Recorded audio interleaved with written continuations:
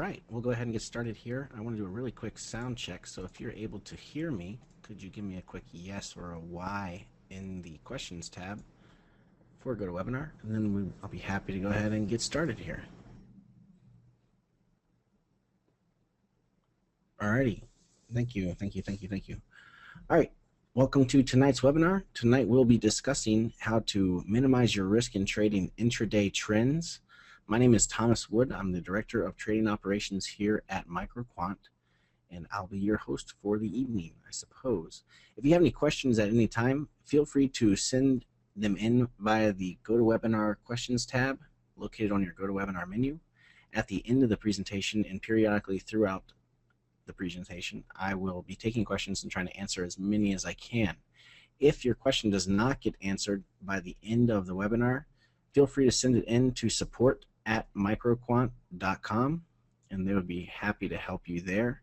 If you want to learn more about the indicators or anything else, you want to see recorded webinars, feel free to go to valuecharts.com or go to youtube.com/valuecharts. Now, before we really get started, I have to go over this quick risk disclaimer. If you would like a copy of this, feel free to send an email to support@microquant.com, and we'd be happy to get you a copy. But here we go. Trading or investing carries a high level of risk. It's not suitable for all persons. Before deciding to trade or invest, you should carefully consider your investment objectives, level of experience, and ability to tolerate risk. This content is subject to change at any time without notice and is provided for the sole purpose of education and assistance in making independent investment decisions. ValueCharts.com has taken reasonable measures to ensure the accuracy of the information contained herein. However, ValueCharts.com does not guarantee its accuracy and is not liable for any loss or damage which may result directly or indirectly from such content or from an inability to access such information or any delay in or failure of the transmission or the receipt of any instruction or notification in connection therewith. Any past performance results are shown for illustration and example only, are hypothetical, and as such have many inherent limitations. No representation is being made that any account will or is likely to achieve profits or losses similar to those shown. Past performance is not necessarily indicative of future results. Now, along those same lines, we're also required to show you CFTC Rule 4.41, which is just a hypothetical disclaimer saying that everything we're showing you obviously is in retrospect. So it's very easy to say, yes, this would have worked out fine there. However, that being said, I do believe this is a very valid strategy. I trade it all the time myself. And you see us trade it in the trading room all the time as well, and we have usually pretty good profits using it. It's a pretty simple strategy, and it's pretty straightforward, so it's probably not going to take us an entire hour to go over it tonight, but I want to make sure everybody understands it thoroughly before I go ahead and end the webinar tonight. So, before we get started, what's the goal of this strategy? The goal is to strategically enter into a trending market using MQ regression and value bars. The second goal is to increase our reward-risk ratio. The third goal is to catch the majority of a move while risking the smallest amount possible. Now, the way the strategy works, if a market is moving, let's say this is the market here. It goes up, it trends down, and then it starts going back up again. Okay, your goal with this strategy is to take out basically this portion here. So you're taking out that middle 80% of this move, risking the smallest amount possible. So we're trying to strategically find an entry into this trend while it's moving down throughout the middle of the day, basically. So we're not trying to do end of day or longer term swing trades. This is basically a intraday trend following strategy. However, you can use it longer term if you would like. Just keep in mind your stop losses are going to be a little bit further off, and your risk is going to be slightly higher the longer the time frame you are that you're trading. Now, obviously, I said this is one of the goals is to increase our reward-risk ratio. Why is increasing a reward-risk ratio important? And why is having a positive or a above 1 reward-risk ratio important to your trading? What the reward-risk ratio is it's if you take how much you're risking on any given trade and then divide it by how much you're making, you want to have a very, very positive reward-risk ratio. Now, the reason that's important is because if you have a positive reward-risk ratio, that means you do not have to be right 100% of the time. You don't even have to be right 50% of the time with your trading, as long as one winning trade will make up for 2, 3, or 4 losses, which is what a good reward-risk ratio will do for you. So for every 3 losses you have, you only have to have 1 winner, and you'll still come out net positive. And again, obviously with this, We're trying to strategically enter into a trending market. So if a market is just going like this throughout the day, you're not going to be able to trade the strategy as well. It's going to be very difficult to do that. So keep in mind, it's for trending markets. If a market's not trending, then you probably don't want to be using this strategy. You probably want to be using divergence trading or trading value ranges, which is a topic for a different day.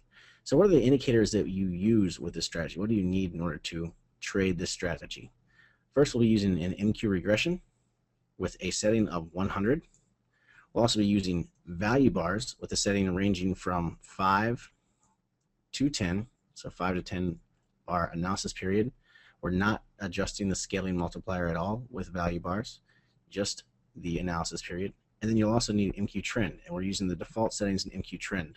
Occasionally I'll adjust the last setting, the ATR multiplier, but I've actually started to stray away from that personally, so I leave it set at default at 4 because that tends to work fairly well. Now, how do you trade the strategy? Now that you know what indicators you're using and what the goal of the strategy is, how do you actually go about trading this? Well, there's 4 different criteria that you can follow, or rules you can follow. Rule number 1, MQ regression and MQ trend both have to be in agreement on the direction of the market. So they either both have to be red for down, or they both have to be green for up. So that's the first thing you have to check. The second thing you're looking for is you're waiting for the market to reach an appropriate value level. So if you're trying to go short, that means you want to see the market bounce into overvalued and then go short with the trend. If you're trying to go long, you want to see the market bounce down into undervalued and then try to go long. So when you're getting long, you're always trying to get long on the appropriate side of value. So from undervalued, you're always trying to get short from the appropriate side of value. So overvalued. You're trying to enter into the trend once the market stalls out with a stop above the high of the stalled bar. So what you're looking for is for the market to go down, bounce up into overvalued, and then stall. Then you're getting in with your stop just above that high, and you're trying to catch that move there. Or if you're trying to get long, you're waiting for it to go up, come to undervalued, stall. Once it stalls, then you're getting long with your stop below the low of the stalled bar. The other option, so this is option number 3, is their first option for getting in. The second option is you get in as soon as the market is directly under or over the MQ trend indicator. Many times this indicator will serve as support or resistance. Don't ask me why. I don't believe it was designed to serve as support and resistance, but just going back and looking where the market has traded historically, and when it gets fairly close to the MQ trend, a lot of times it will bounce right off of it. It also makes sense if you think as well. The way MQ trend works is as long as prices are staying below these dots coming down, it will stay in a downtrend. As soon as you get a price bar that closes above those dots, it'll shift to an uptrend. Okay? So if you think about it, as long as the market's in a downtrend, you believe prices are going to continue to head lower. So when you're right up against it, a lot of times you have a very low risk opportunity to take a short with your stop just on the other side of the MQ trend, which many times you can get in literally risking 3 or 4 ticks with your stop, and then that market will just turn and continue on down with the downtrend. So if you think about it, like I said, as long as the market's staying below that MQ trend, that means it's staying in a downtrend, which means you want to be in it. And when it's right up next to it, a lot of times you can try to take a short or a long with very minimal risk. Now remember, with trading, it's all about probabilities. So if you're risking a very small amount, it's worth the chances of having that market move back in your direction.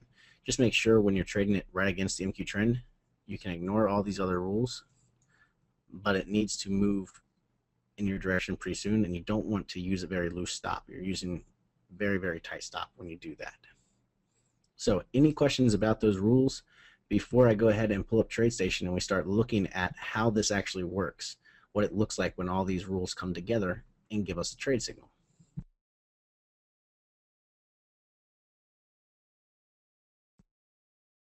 All right, if there's no questions, I'll go ahead and pull up TradeStation, so give me one moment. And here we are. So you can see TradeStation here. We're taking a look right now. This is gold, actually.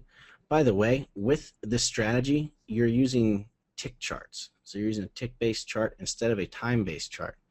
Because where a time-based chart might show one big down bar a tick-based chart will actually show the movement inside of that big down bar, inside of that big up bar. That's why I like using tick-based charts for the trend following.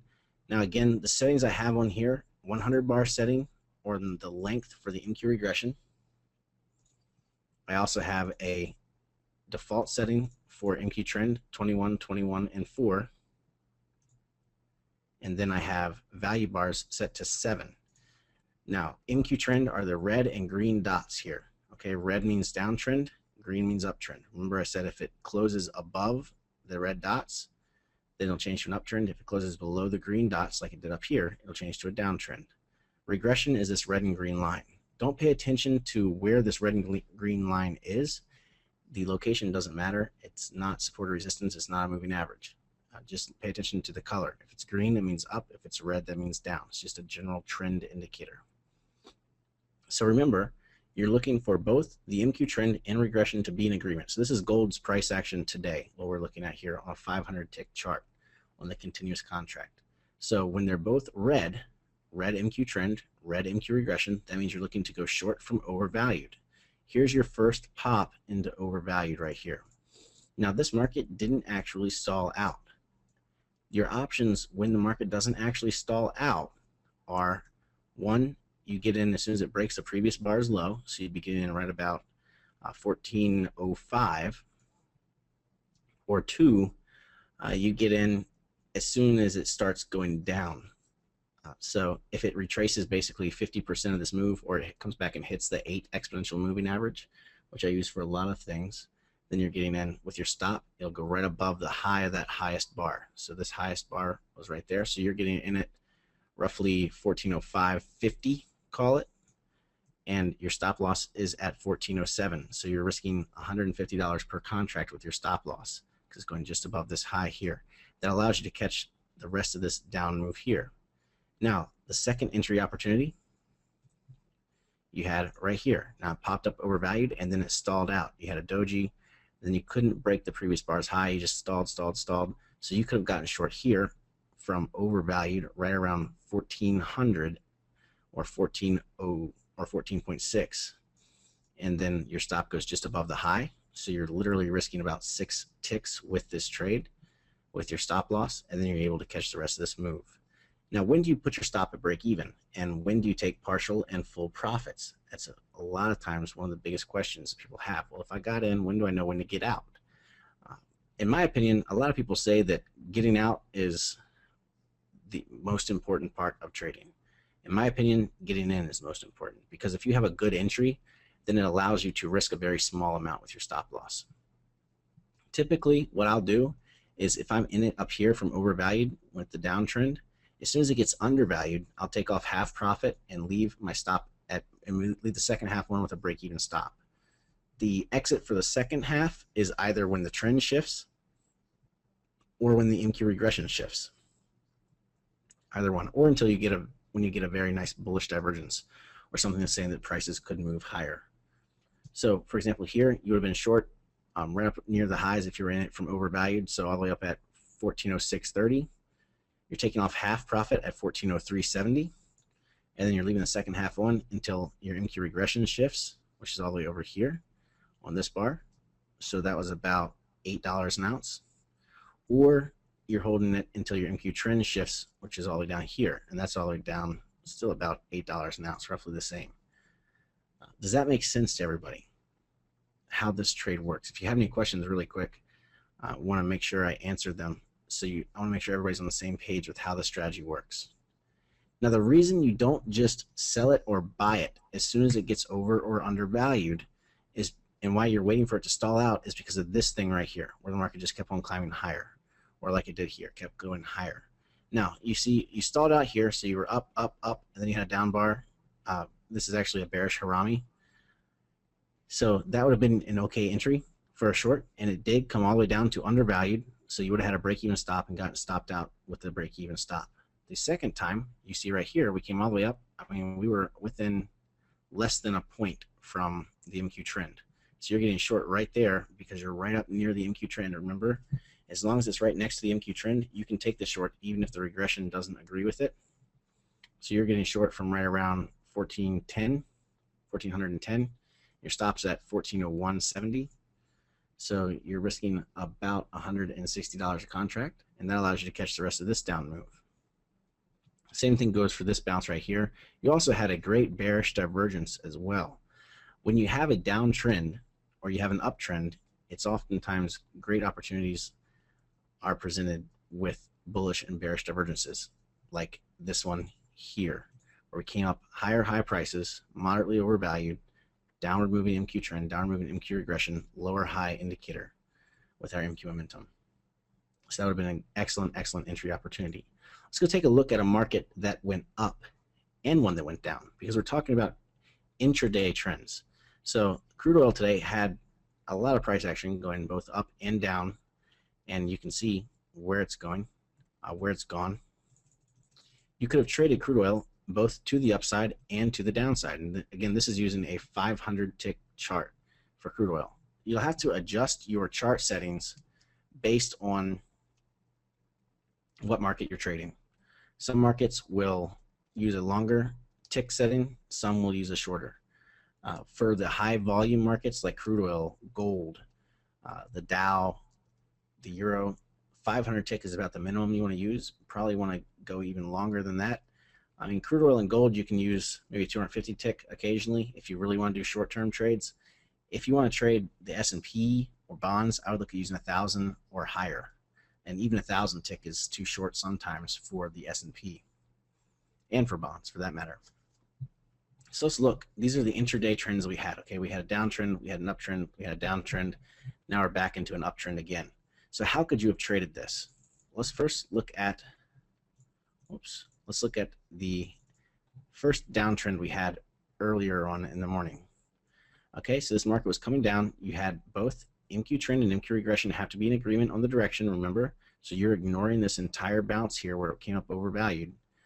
By the way, this back here, excellent bearish divergence if you're trading divergences. But we're talking about trend following. So your first entry opportunity is right here, where you bounce up overvalued, and this bar here is actually where you stall, essentially, because you can see your momentum. Instead of going up, it went up, and then came right back down just a tick. So you had lower momentum, even though you were moderately overvalued.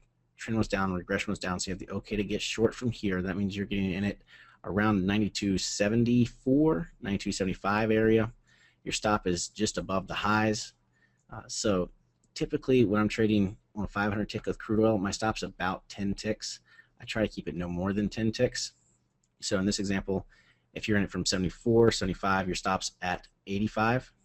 So right up here. So you didn't get hit by your stop loss. You were able to catch the rest of this down move until you saw this nice bullish divergence in the opposite direction where you had lower prices here, higher low histogram, higher low indicator. That would have given you the sign to go ahead and go get out of that trade. Also, if you had been watching your longer time frame, you had a 240-minute trend line that crude oil came right down to, sat on right here, barely touched it, and then took off to the upside, which I sent that out by a signal feed, by the way, for anybody that is subscribed to signal feed. You should have gotten that. I also sent out the short right up near the high as well for crude oil, so that worked out fairly well. Also, so now that your trend ended, you've shifted back to an uptrend. So there was your downtrend. You had one entry opportunity. You could have had an entry opportunity here, but you need to be watching your longer time frames as well. You would have noticed that 240-minute trend line there, so you would have said, okay, I don't want to be trying to go short here any longer because it's sitting right on top of support. It may turn around and bounce. So now that the trend has gone up, you have an upward MQ regression, an upward MQ trend. You're looking for undervalued dips where the market stalls to get long. Okay, your entry opportunity here. Again, you can either get in as soon as it hits undervalued, up to you, whether you want to get in as soon as it hits undervalued or as soon as it hits overvalued, or if you want to wait till it stalls out, or if you want to wait till it resumes. There's three different options. But when it's right here, you came down undervalued, you stalled out, momentum started to turn and head back up once again. So you're in it, even if you got in late from around 92.75, your stop is right down at the lows, so 92.65, so you're risking $100 a contract there. You're able to take out the rest of this entire up move. So you're in it from 75 because you got in late, so you're in it from fair value. This move went all the way up to a high of 94.40. So very, very nice move. Over $1,000 a contract you were able to take out there. You're about 1,300 roughly, if my math is correct, that you were able to take out to the upside there. So that's your first entry opportunity. The second entry opportunity was right here. Again, you barely dipped down undervalued. Trend was up, regression was up. So you have the okay to go long. It also stalled right there on that bar. You see your momentum turned and started going higher instead of going lower. So it's down, down, down, down, stop, back up. Moderately undervalued, you have the okay to get long. Again, even if you got in late there, you're in it from 93.72 with your stop down below the low. So you're risking about 8 ticks with that stop.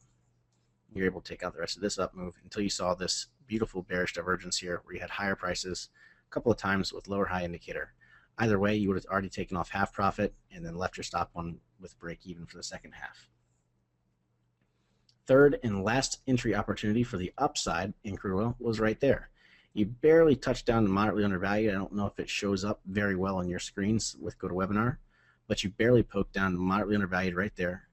MQ regression was up, MQ trend was up, so you have the okay to get long. That gets you long from right at around 93.99. You still were able to take out about $400 a contract at one point, depending on where your entry and exit was. You should have been stopped out, break even for the second half. And then from that point on, it kind of rolled over, died off. And even if you waited and you tried getting in here, when the market stalled, so it came down undervalued, undervalued, undervalued, stalled out, you got long because your MQ regression and MQ trend were both still up. Remember, half profit and break even as soon as it hits the opposite value level. So you still would have been stopped out break even on this trade and been profitable because you would have taken off 1/2 as soon as it hit overvalued.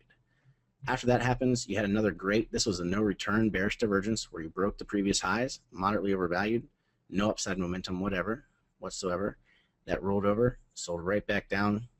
You shifted back to a downtrend. Now that you're in the downtrend, where are you looking to get short at? Here's your first entry opportunity right here. Now this one, you got stopped out at a small loss, okay? That's perfectly fine.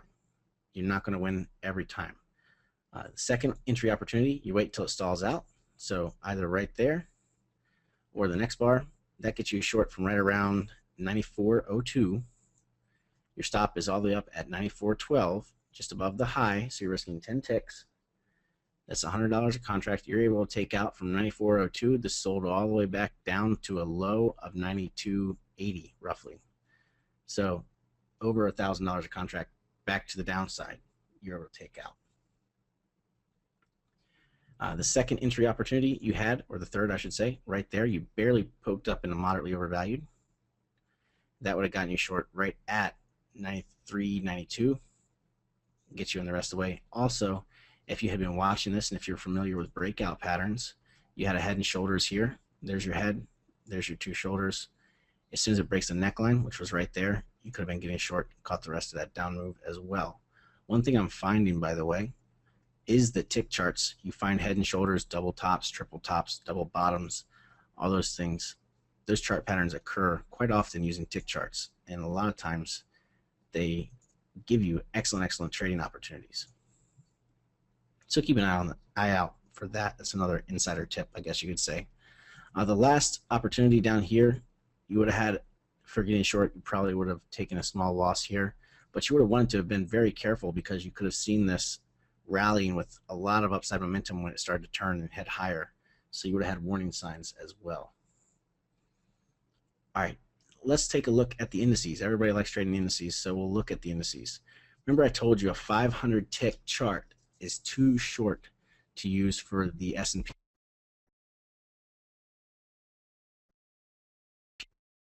The reason I believe a 500 tick chart is too short is because you get too much noise. You'll get undervalued much too soon. You'll get overvalued much too soon with a 500 tick.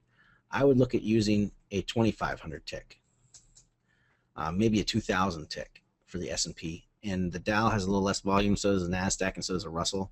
So I'd use maybe a 1000 tick for those, maybe a 1500 if you wanted to. But let's take a look at today's price action for the S&P. This actually carries over from yesterday as well. So you had an uptrend here in the S&P. You had several great entry opportunities. Regression's up, trend is up, undervalued there, undervalued here, undervalued here, undervalued there, undervalued all of these as well. Then you got into a little bit choppiness. You had a great bearish divergence back here. And if you had been looking at your indicators earlier today, and I sent this out on Signal Feed as well, for the Dow, you were right up against the trend line. And we actually nailed the high in the Dow. If anybody took that short from Signal Feed, that was excellent. But then you see you rolled over to a downtrend. Ever since this point right here, your regression shifted to a downtrend. Ever since this point right here, regression and trend were both in agreement on the direction. So you have moderately overvalued for entries here and here. You also had a great bearish divergence there where you had higher prices, lower high indicator. Also, remember, you're waiting until it stalls out. If you trade candlestick reversals, that was a shooting star pattern right there. You also have what we call a yellow hat doji right there for downside reversal patterns to get you short on the open of the very next bar. Both of those would have been excellent entries. Second opportunity to get short, here or here. Now, another thing you might want to do when trading the indices, and this is specific to the indices and also to bonds as well. Since indices are pretty choppy, okay? We all know the indices, they'll go up and down quite a bit, even though they may eventually end up being down overall. This is a pretty big move, just this bounce here. I mean, you're 36, 25, all the way up to 40, so 40, 50, so you're up 4.25 points just on this consolidation. That's a pretty decent sized move if you're day trading. One thing you might want to do to filter out some of this noise is, instead of using the 7-bar analysis period with your value bars, change that up to a 10-bar analysis period and use a 10-bar analysis period. And then when you're doing that, your entries are going to be much more precise. You see how much better of a job it does at actually identifying overvalued peaks for that. The longer the analysis period you're using, the further a market's going to have to move to get overvalued. Okay, so if you want to be much more conservative with your trading, I'd use a 10-bar analysis period personally. And if you go back and you look at even when we had this uptrend here, coming from yesterday into today, look at the entries you would have had, how precise those were with identifying undervalued dips to get long. I mean, that would have been excellent, excellent entries.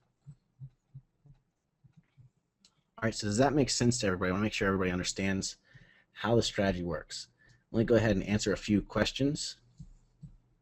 How closely are the trend dots and MQ regression correlated? They're measuring two completely different things. Regression, MQ trend uses chandelier logic where it will only go down or sideways. It goes down at a set rate, or it goes up at a set rate, and then it goes sideways. It'll never go the opposite direction, so it can only ever move closer to prices. MQ regression is, I forgot what the algorithm is for regression, but they're measuring two completely different things. A lot of times they will be in agreement. When they are in agreement, that gives you much better signal, in my opinion. However, it's better, in my opinion, to wait for them both to be in agreement. They are completely different indicators, though. Is MQ momentum used in the strategy? It can be used in the strategy. The way it can be used in the strategy is to help you identify when a downtrend is about to come to an end, or when an uptrend, when you have a bearish divergence where you can get short with the trend. By the way, this right here is what I'm talking about when I said MQ trend a lot of times serves as resistance. You see you came right up to it, hit it, and fell all the way back down to undervalued. I mean, that move from where it hit it was 30, call it 1630. Undervalued was at 1626. So it's still a 4-point move from the top to the bottom of that swing right there. So still pretty profitable, even though it ended up changing and going higher. Please explain again when to enter. You're entering as soon as you get the market to stall out, or if you're using the longer analysis period, the 10-bar analysis period, you're entering as soon as it hits over or undervalued. When I say stall, I mean it has to go up into overvalued and then kind of hang there. For example, here you had a shooting star. Here you had a doji. Try the 418 tick chart. 4181 tick chart for the S&P contract. It's a Fibonacci level. Alrighty. I've never used a 4181 tick chart before, but we can see what it looks like.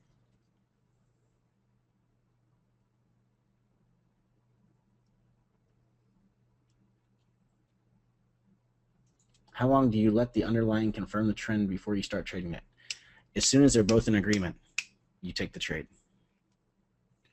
4181, by the way, did a pretty decent job of identifying the trend. I mean, you still had, and it got you in a little bit later, you still had this entry here, had that entry there, and that one there for shorts, and then again here, but now it's in an uptrend.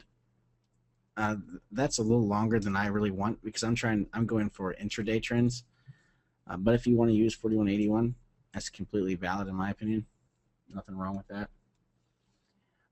So again, the question was, how long do I wait for it to start trending before I start trying to get in? And the answer to that question is as soon as they're both in agreement. As soon as regression and trend are both in agreement.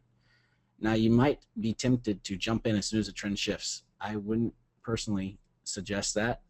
The reason I wouldn't suggest that is because many times what will happen is you'll get chopped up if you do that. If you're waiting patiently for the better entries, then a lot of times you'll be rewarded. Sometimes you'll even get a better entry than you previously would have had. Here's another example, by the way, of how MQ trend serves as resistance, or just bounced up and hit it. Let's take a look at the euro so we can see what the euro did today. The euro was actually a pretty choppy day today,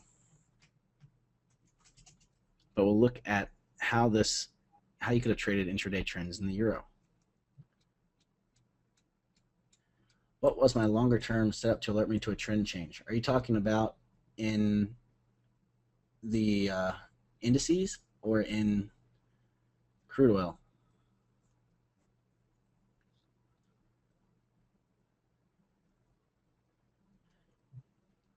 This is the euro. This is what I was saying. Remember I told you earlier today, if the market's not trending, it's just choppy. It's much more difficult to trade it. You see how the S&P, or not the S&P, the euro just chopped up and down today. You essentially didn't go anywhere. And you see where it's at right now. You see how your trend just went downtrend, uptrend, downtrend, uptrend. That's what you want to avoid. As long as the market's actually trending, the strategy works very well. This is the one thing that'll cause the strategy not to work well when the market gets choppy. So be careful with that. What are my settings on these examples? MQ trend, MQ regression, and MQ momentum. Settings for MQ regression, 100. So I'm using a length of 100. MQ trend is default. MQ momentum is default. Value bars right now are set to 10. You can also trade more thinly traded contracts. Okay, so you can use this strategy on a thinner contract, something like coffee, for example. It's a pretty thinly traded contract. The problem is you don't want to use a 1,000 tick chart with coffee because you can see you had about 5 or 6, actually I guess a little bit more than that, about 10 bars per day. You don't want to trade it with a tick value where you only have 10 bars per day. So you might want to use, when you're trading coffee, for example, maybe a 100 tick chart.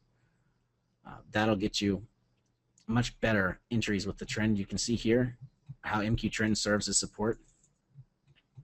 You came right down to it, hit it, and bounced. Right down to it, hit it, and bounced. Those both would have been excellent entry opportunities with coffee. And actually, a 100 tick might even be too long. You might want to try a 50 tick. That'll get you much more reactive to the day's price action for finding intraday trends. So it's a fairly simple strategy. You're waiting for the two trending indicators to be in agreement on the direction.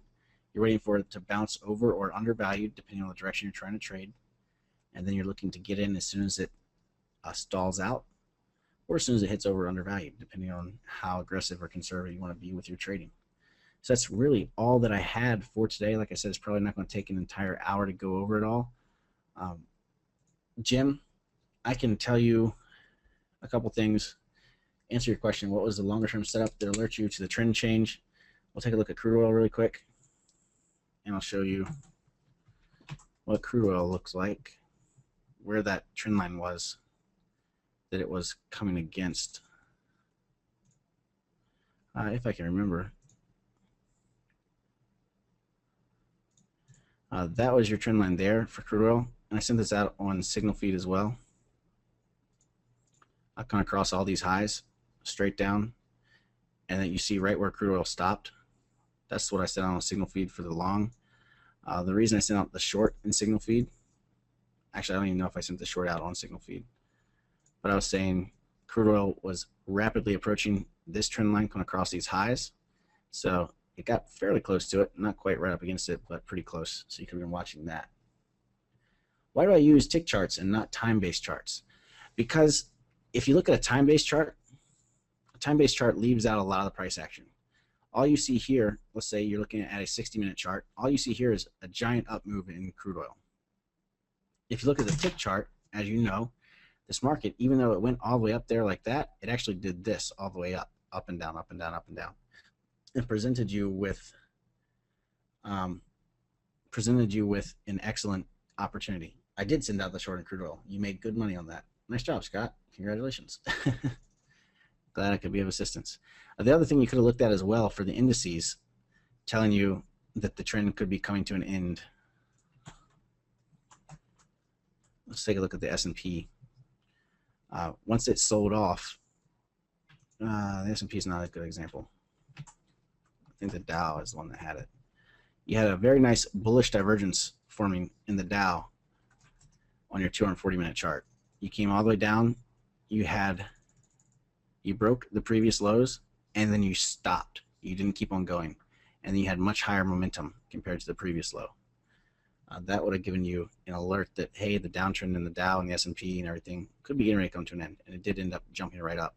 This is why we had the shorts in the Dow that I sent out on the signal feed this morning.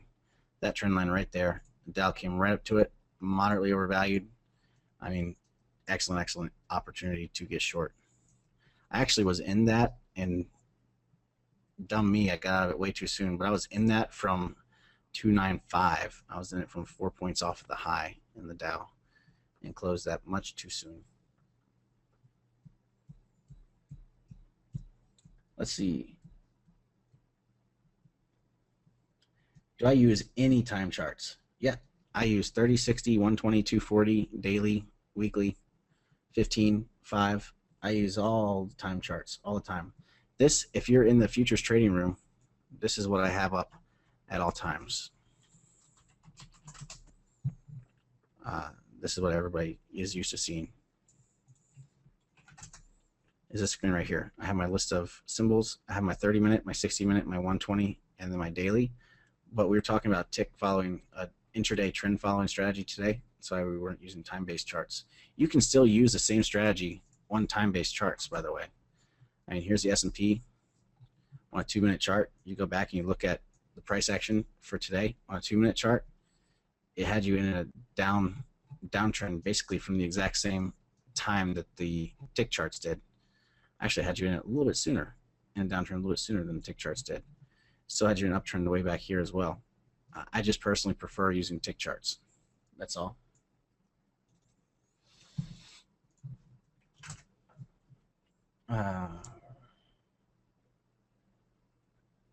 Any trade setups for this evening? I'm not gonna go through and try to find anything right now, honestly. I don't like trading during the Asia session.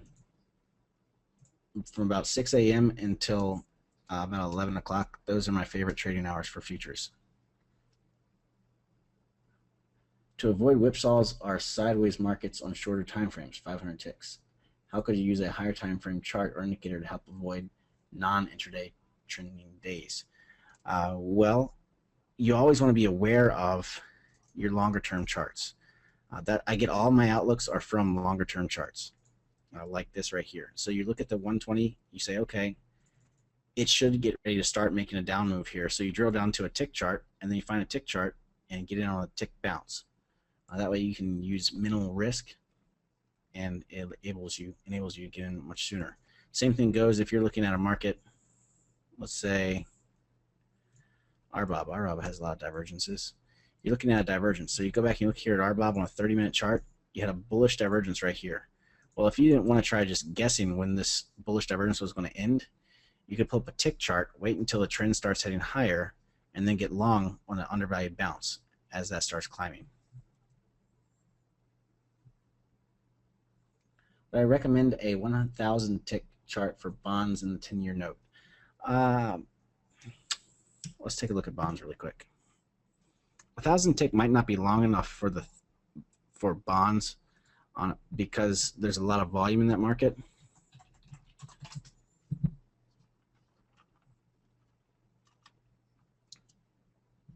If you look, actually that's not bad, honestly. You had a nice bearish divergence here for a short. You had a couple of great entries. 1,000 tick might work for bonds. Again, here's an example, by the way, of the head and shoulders once more on a tick chart that you wouldn't have seen on another time-based chart. Here's your left shoulder, there's your head, here's your right shoulder, there's your neckline. It broke the neckline and ran, which is what you want to see when trading head and shoulders. But yeah, you could use a 1,000 tick chart maybe in bonds. I don't see anything wrong with that. Let's take a look at what the 10-year note looks like. I actually like using trend following for bonds. They work really well. If you use a longer, see, the 1,000 tick isn't quite long enough in my opinion for the 10-year. You see how it gets kind of boxy, basically. I don't like it when it's like that. It's not smooth enough. I'd rather use maybe a 2,500 tick. That'll get you a longer term trade. So this actually might end up being swing trades for the 10-year or for the 30-year for bonds or for the note.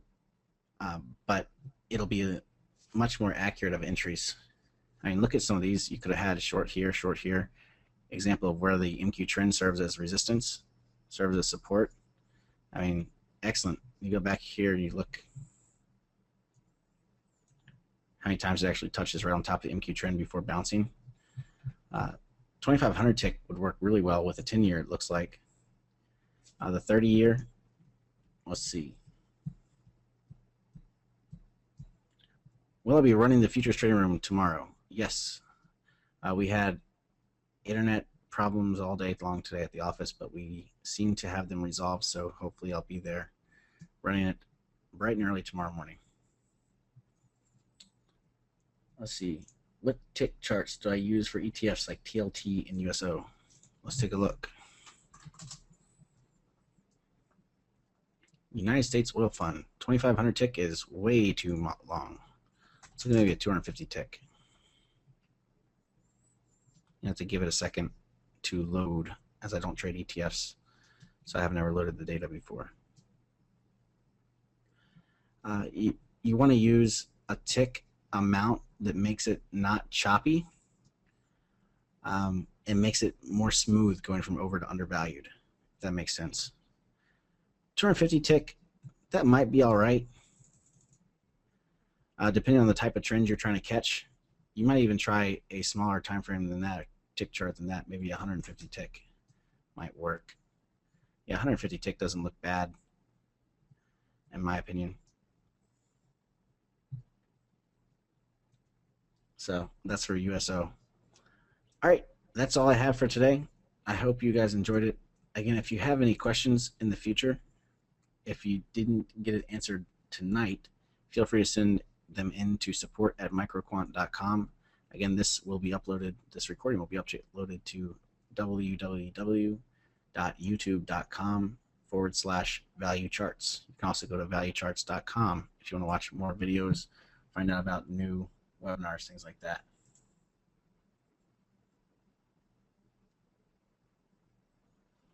Last question really quick, Kurt. You asked, what does that blue line represent?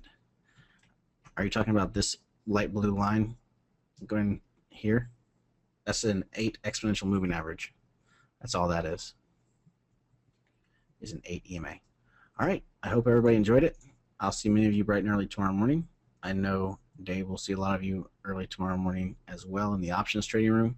That's all we have for tonight. Hope you enjoyed it. Once again, until next time, happy trading.